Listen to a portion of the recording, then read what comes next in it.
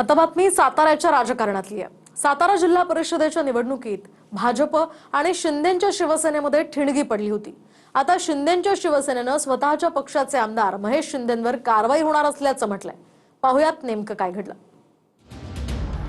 सातारा जिल्ह्यातल्या कोरेगाव मतदारसंघाचे शिवसेनेचे आमदार महेश शिंदेंवर कारवाई करण्याचे संकेत शिवसेना नेते संजय शिरसाठांनी दिलेत।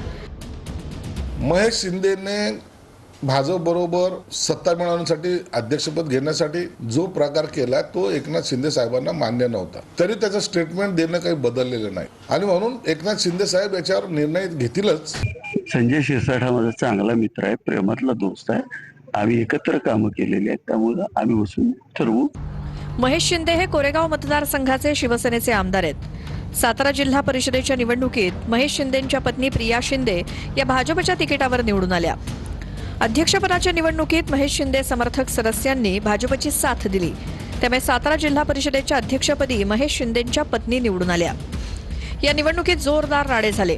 झेडपी अध्यक्षपदाच्या निवडणुकीदरम्यान पोलिसांनी धक्काबुक्की केल्याचा आरोप शंभूराज देसाईंनी केला। विधिमंडळातही याचे पडसाद उमटले होते। महेश शिंदेंनी झेडपी निवडणुकीत पक्षविरोधी काम केल्यामुळे एकनाथ शिंदे नाराज झाले। त्यानंतर एकनाथ शिंदेंच्या सातारा दौऱ्यात देखील महेश शिंदे अनुपस्थित होते। दुसरीकडे शिवसेना नेते आणि साताऱ्याचे पालकमंत्री असलेल्या शंभूराज देसाईंचे महेश शिंदेंच्या मतदारसंघात कार्यक्रम वाढलेत। शंभूराज देसाईंनी कोरेगावात शिवसेनेच्या 3 शाखांचं आणि एका संपर्क कार्यालयाचं उद्घाटन केलं। या कार्यक्रमालाही महेश शिंदे अनुपस्थित होते। शिवसेनेमध्ये एकदा पक्षाचा कार्यक्रम आहे म्हटलं की न बोलवता सर्व शिवसैनिकांनी हजर राहिलं पाहिजे, ही वंदनीय इंदुरादेवी सम्राट शिवसेना प्रमुख स्वर्गीय बाळासाहेब ठाकरे साहेब असल्यापासूनची पद्धत आहे। पक्ष वाढवायचं काम करतायत पालकमंत्री, चांगली गोष्ट आहे। त्यांना माझं सहकार्यच असणार आणि त्यांना शुभेच्छा। त्यांना कधी वाटलं भारतीय जनता पक्षामध्ये यावं, भारतीय जनता पक्षामध्ये नक्की त्यांचं स्वागत असेल।